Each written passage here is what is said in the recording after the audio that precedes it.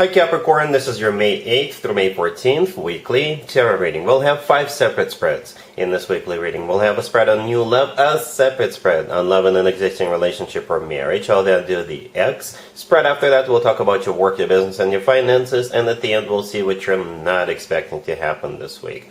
Please like, share, and subscribe to support this channel.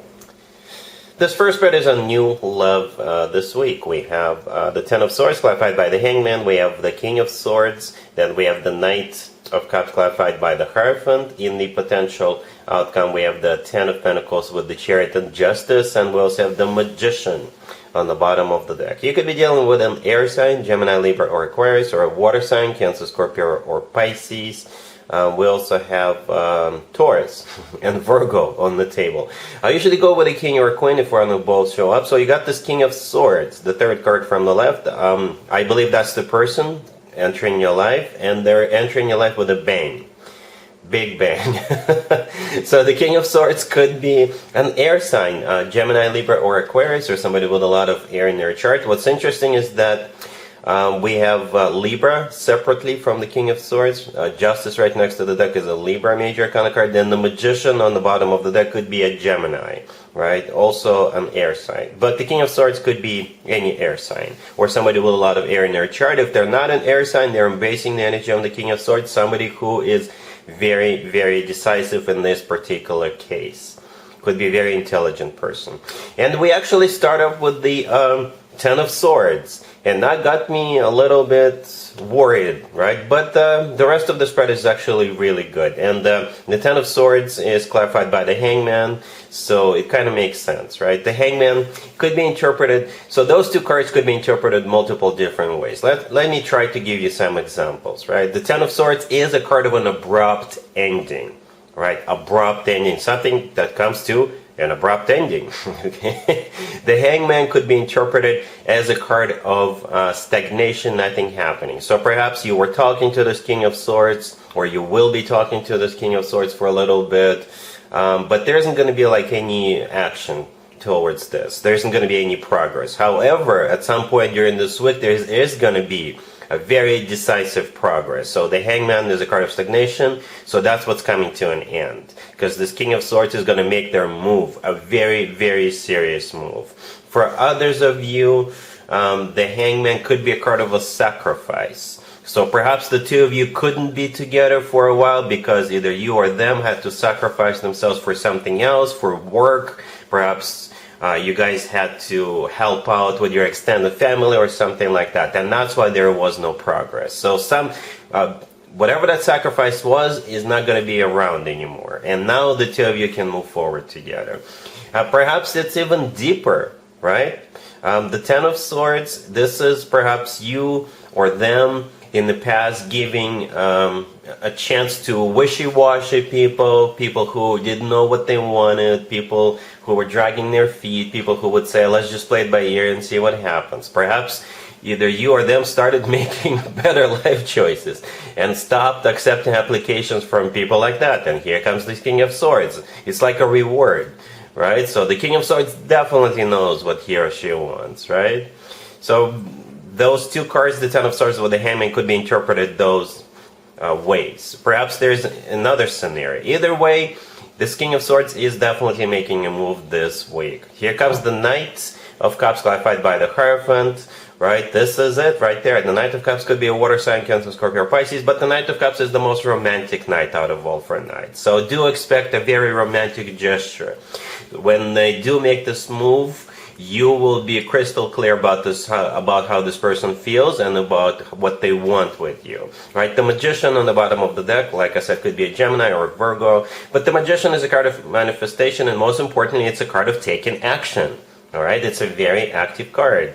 The Magician's got all the tools they need at their disposal, and they're using those tools. And the Knight of Cups could be just one of them, right? So perhaps they will take you out on a very romantic dinner, and they have other things prepared for that night or for the whole week. I don't know. You can let me know in the comments down below. The Hierophant clarifying the Knight of Cups could be a Taurus you're dealing with, but the Hierophant is a very serious card. It's also a very spiritual card. The Hierophant usually talks about something traditional, like a committed relationship or marriage. So together with the Knight of Cups, yes, this person is going to be talking to you commitment. You will be crystal clear about that. Speaking of commitments, in the potential outcome, we have the Ten of Pentacles with the Chariot and Justice. The Ten of Pentacles is another commitment and marriage card. It's a rock solid commitment or marriage, right? So this person is not only romantic, but they're very down to earth, they're very practical, they're very serious, because the Knight of Pentacles is not only a commitment and marriage card, it's also a card of financial stability, financial abundance, and real estate. The Chariot in the middle could be a Cancer ideal, but it's a very decisive energy with the Chariot. It's a card of a victory, success, it's a card of triumph, it's a card of moving forward and not looking back. Some of you could be relocating when the two of you move in together. Justice right next to the deck, as already mentioned, could be a Libra, but it kind of qualifies as a commitment and marriage card as well, right? Justice is it could be a place where people get married, like a chapel or what have you, or it could be the legal system. So when people get married, they sign a piece of paper, and then that piece of paper is submitted with the local government. So justice could be the local government, or justice is simply karma, good karma. In this case, you're finally getting what you deserve. You're finally getting this person who is very decisive, very loving, and very serious, and basically a jack of all trades. Alright, so yeah, you got 2 or perhaps 3 commitment and marriage cards on the table. For me to do an extended would be a complete waste of time. Really happy for you, Capricorn. Congratulations. Capricorn, if you are already married or if you're in a relationship, the spread is for you. We have the Ten of Wands, clarified by the Six of Pentacles. We have the High Priestess. We have the Devil, clarified by the Wheel of Fortune. And we also have the Eight of Swords on the bottom of the deck. You have a tough choice to make, literally. Capricorn, you literally have a tough choice to make this week. Right? But the good news is that I think you'll figure it out. You have your own major arcana card in your own reading. Right? The Devil, clarified by the Wheel of Fortune, the Devil is your major arcana card. And it's always a good sign to have your own major arcana card in your own reading. But we start with the Ten of Wands, clarified by the Six of Pentacles. That's it, right there, tough choice. Right? Ten of Wands is a card of a burden. The Six of Pentacles could be a card of a choice. But I don't see anything being in jeopardy. Perhaps you are choosing between 2 vacation destinations. That's for this upcoming summer. Perhaps you're choosing between 2 houses, and you're definitely in charge, right?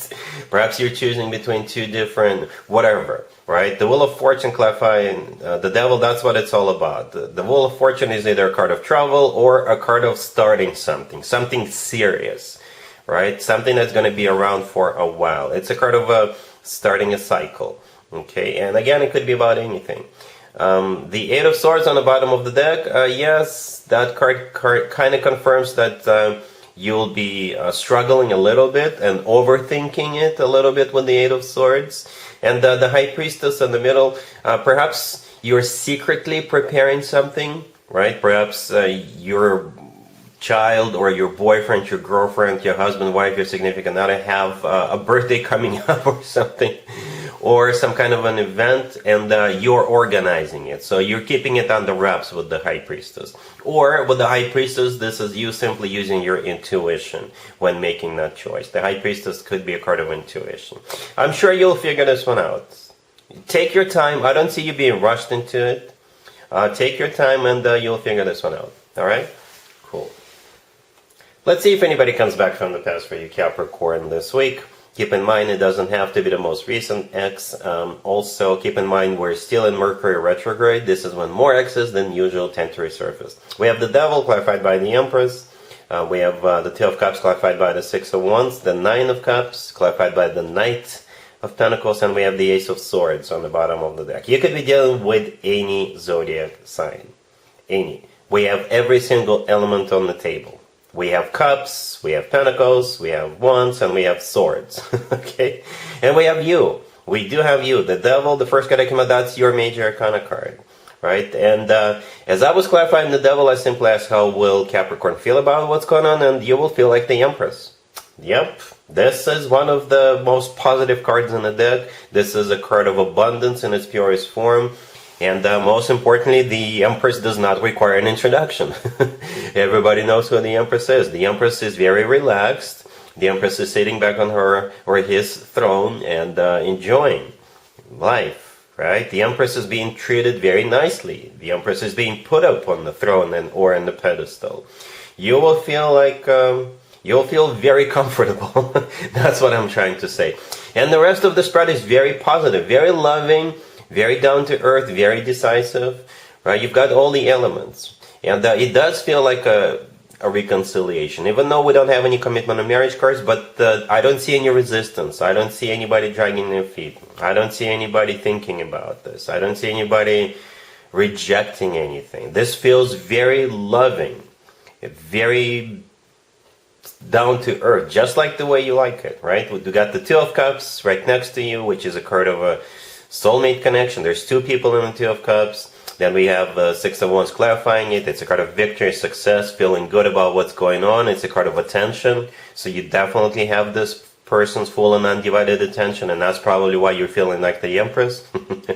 Right? We have the Ace of Swords, which is a card of a very straightforward conversation. It's a card of clarity, so nobody's going to be pretending or beating around the bush or fooling around. The Nine of Cups is a card of a wish come true, card of a personal satisfaction and fulfillment. And the Knight of Pentacles, well, could be an Earth sign, Taurus, Virgo, Capricorn, but the Knight of Pentacles always talks about long-term stability.